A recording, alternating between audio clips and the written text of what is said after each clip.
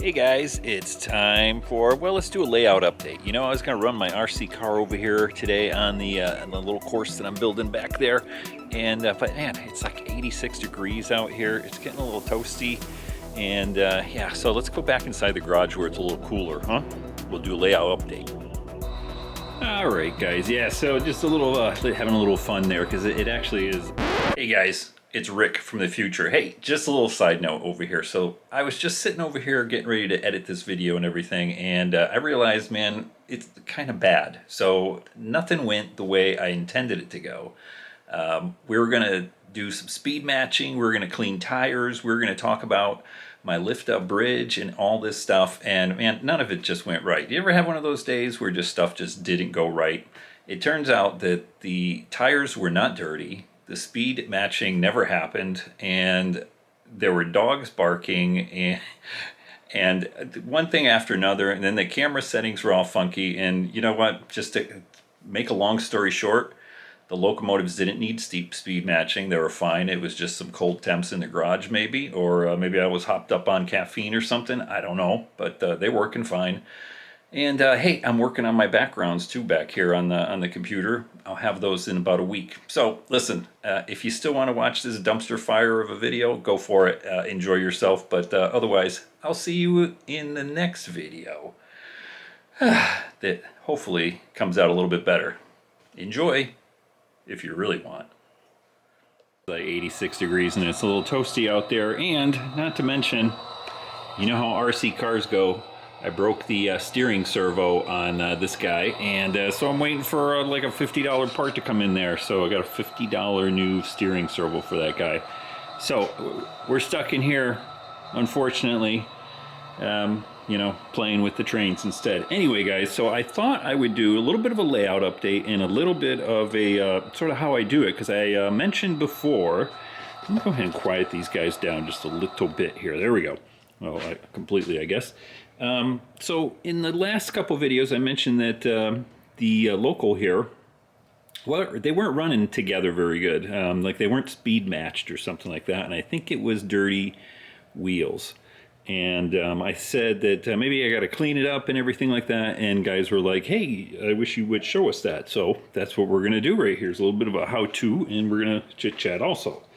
So two things. Number one, we're going to clean it up. We're going to clean the wheels. And number two, we're going to double-check our speed matching over here and maybe make a little adjustments now. Now that it's back to normal here in 86 degrees, hopefully it's just running good as it is. So it is on. Let me go ahead and just turn the headlight on. Let's give it a little look here, okay?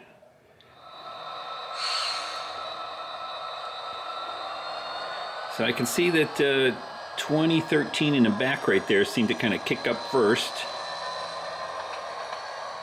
Like it's kind of pushing it.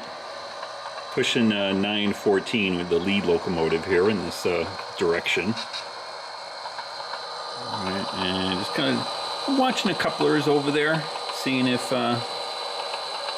they're wiggling or dragging. They seem good right now. Let's go ahead and watch it stop here. All right, pretty good. You know what I'm going to do? I'm going to set the camera down, and we're going to run it back and forth a little bit. That way, we can get a better look at it. And let's see, how's that? All right. Hopefully the focus isn't too wacky. Let me try adjusting that a little bit here. Yeah, see, if I do that, then I gotta go here and do that. All right, yeah, right about there. Okay, we'll do that for a minute. Okay, anyway, let's try running them the other direction, see how they do. I'm going to run them slow right now. Matter of fact, we'll just silence them so we can kind of keep an eye on them.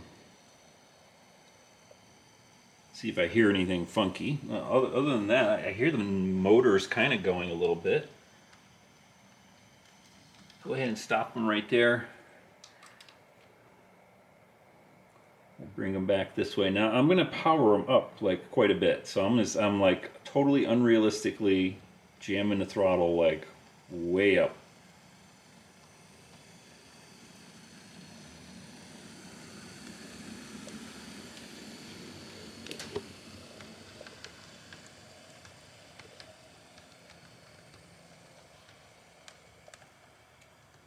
Yeah, I don't know. That looks pretty good to me, but let's go ahead and bring them back one more time, and then we'll go ahead and, yeah, I gotta take my brake off. Maybe it's just the cold that was kind of affecting them. Well, you know what? Here's what we're gonna do. We're gonna clean the wheels anyway, and I'll show you what I do and how I do that. And what I'm gonna do here is I'm gonna go ahead and set the camera up somewhere where hopefully you can see this. All right, let's see, and hopefully it's not too washed out. All right, so let me go grab a couple of things first.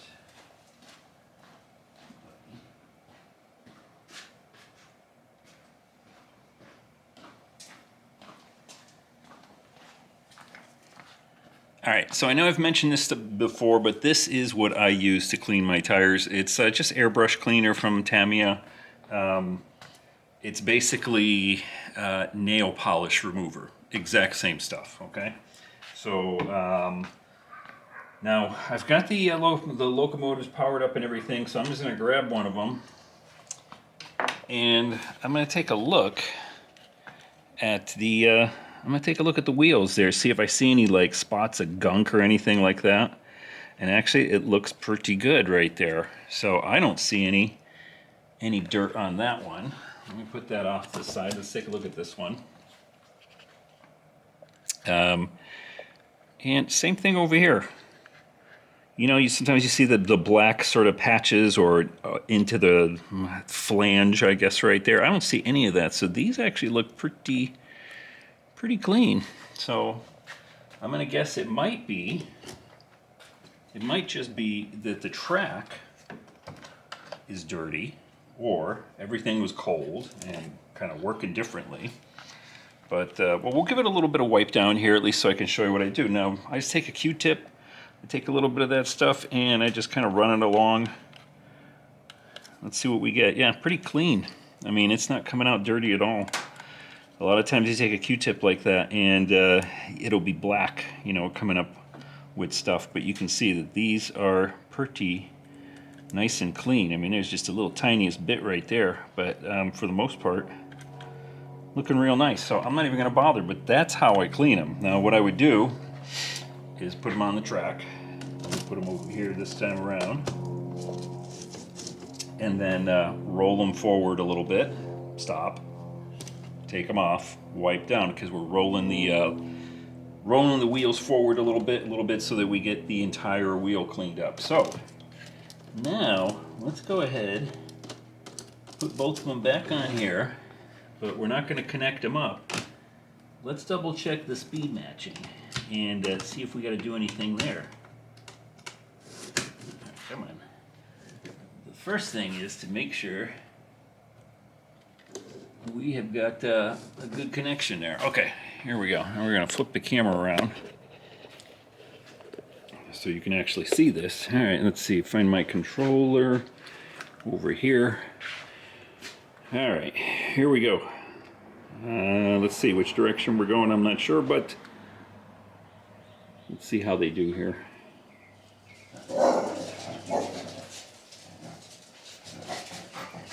Hey, don't mind Benjamin back there. Got another dog walking by.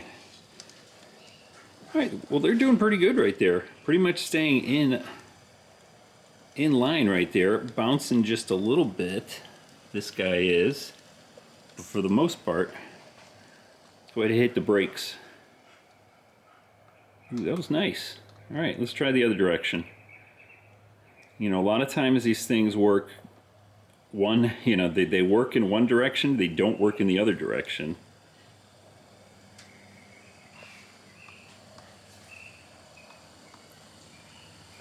Oh, looking pretty good. And that's about the top speed that I would run these guys at.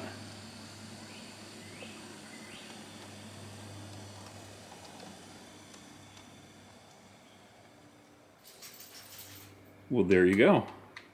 I'm gonna say that my issues before were because of the cold. You know, maybe a little bit of warping or something like that in the track. Now, I usually don't see any issues like that because it doesn't get that cold. But what I would do now is if they weren't running correctly, okay? Like let's say this guy's running a little bit too fast, right? And I want him to run the same as that one. I use my little NCE power cab down here and a little section of track that it's powered up to, completely separate. I take him off. Let's put him down here. And make sure we got a nice connection right there. And we got a select locomotive. What is it? 914. 914. Enter. There we go. Okay, and I don't remember how to silence him here, but what I would do is I would change the speed settings here by doing a program. So I would, go to program, and I usually do program on programming track. Hit enter, and I would go number 2 CV. And I would program the CVs. Now, what CVs am I talking about? All right, well, so it's going to be CVs number 2, number 6, and number 5. Now, the reason I say those in those order is because 2 is the start voltage, 6 is the mid voltage, and 5 is the max voltage. And so let's just go ahead and take a look at number 2 over here. Hit enter, enter, there we go. And you can see that on here, number 2 is set to 0, all right? Now we're just gonna hit enter, because we're gonna keep the same thing. The next CV, let's take a look at number 5, which is our max voltage here. So 5, enter, and give it a second to read. Dum, da, dum, dum, dum. Now what you're gonna wanna do is obviously start out with setting both of the locomotives to the exact same numbers, and you can see that my max is at 200. So we go 0 to 200, okay? I'm just gonna hit enter to keep that, because we're not gonna change any, because these guys are looking actually pretty good. And now we're gonna look at CV6, which is in the middle, which should be theoretically 100, right? If you were just to draw a line from 0 to 200 kind of thing. Now you can see that that's exactly what I have is 200, or sorry, correction, 100. So you can see that that is the sort of my base for this guy right here. Now if I took that one over there and took a look at it, it might probably be the same thing, the same numbers, but I know that I have speed matched them in all of my different locomotives. I don't remember which one I speed matched them to. I think I might have speed matched all of my locomotives to this guy right here. So that's why it's a perfect, 0 to 200 with 100 in the center, whereas the other ones may be just slightly different. And I adjust sort of the mid voltage to see if it maybe it is too fast, at a low power setting. I might bump up that 0 to like, a 2, a 10, or whatever, kind of thing. But you play with those little settings between what you have for the starting voltage, what you have for the ending voltage, and what you have kind of in the middle, until you run them back and forth and they run exactly like we saw, which was pretty much perfect. Okay, now the other thing that I'm going to set is momentum on the on my locomotives. In my locomotives, you see how smooth they run. Like when I reduce the power, they come to a nice creepy, slow stop, even, and I use brake too. Well, that's the momentum, and I set a lot of momentum. Now all of my locomotives have a momentum of 200, right? But I would also double check that one just to make sure that they're both sort of stopping at the same pace, so to say. So okay, that's how I do that. Well, that was easier than I thought it was going to be. I thought we were going to be screwing around and running back and forth and everything, but apparently things are working good over here on the layout, other than maybe over there when it's a little bit cooler. So what else can we talk about here? Well, let's see. Let's go ahead and just run this guy back first. Put a little sound on him for you guys too here. Yeah, they're running pretty good. Now over down on this end, you can see we still have our little derailment here, although I think it's getting cleared up. I think maybe we can move that train out of the way here. Now, if you recall, I'm going to set the camera down over here, but what happened was, you know, we had a little bit of rain and we had a little bit of lip right here. This thing, I don't know if it warped or this warped or what, but there's a little bit of a jump here. There still is, but it doesn't seem to be as bad as it was. But then I did kind of fiddle around with the leg over here. So I think what I'm going to do, I might just put a little shimmy underneath this center post right here just to kind of bring that up, because I don't know, this one here seems pretty decent.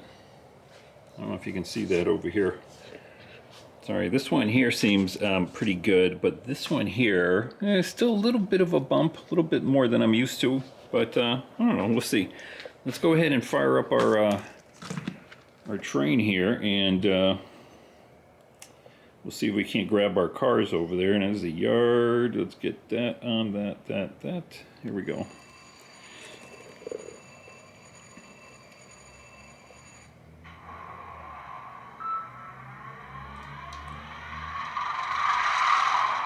All right.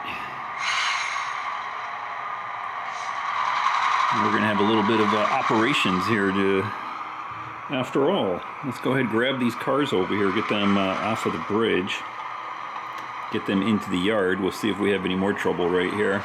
Like I said, there's still a little bit of a up and down right there, but not as bad as it was before. But anyway, what happened in the last video there, if you didn't see it, was we derailed right there. That first Norfolk Southern red boxcar, it derailed right there, and that's why all the guys were hanging out right there, waiting for you know, the work crews to come in and fix everything. Yeah, see, we kind of ran through there pretty good this time around. Whoop! I saw a little bit of a flop there, a little bit of a drop on that second boxcar. We'll take it slow over here. Let's get that thing out of the way, and we can keep an eye on this.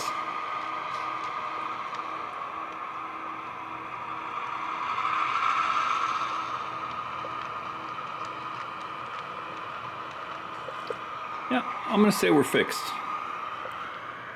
If we can get in there and out. I know it looks a little cockeyed right there. This one's spread just a little tiny bit, so, but you know, it looks like it's working pretty good. Holy smokes. Oh, good, I don't have to do anything for that. And we are in the yard proper. Yep, let's go ahead and shut down. Well, this was going to be a big, long video on, you know, programming CVs and cleaning cars and or locomotives and all that stuff, and, well, we didn't do any of that, really. Go figure, that's the way it works. Yeah, let's see now. I think part of my lights are out. Why are my lights out over there? I've been screwing around over here with my my plugs and stuff to get this thing plugged in so I could show you the programming that we didn't do. Anyway, oh well, let's go talk about something else. Let's talk about our backgrounds here. Remember I was talking about the backgrounds, my little mountains right here? So I did make a little bit of progress, okay? So what I'm going to do, I am printing out a new set. I actually took a new set of pictures and got them all stitched together and everything, and that'll be a separate video over there. Hey, look, Boomer's making another Boomer boxcar. Which is, hey, that's appropriate. Look, it's the Boomer boxcar over here. Look at that thing. Oh yeah, that looks pretty, Boomer.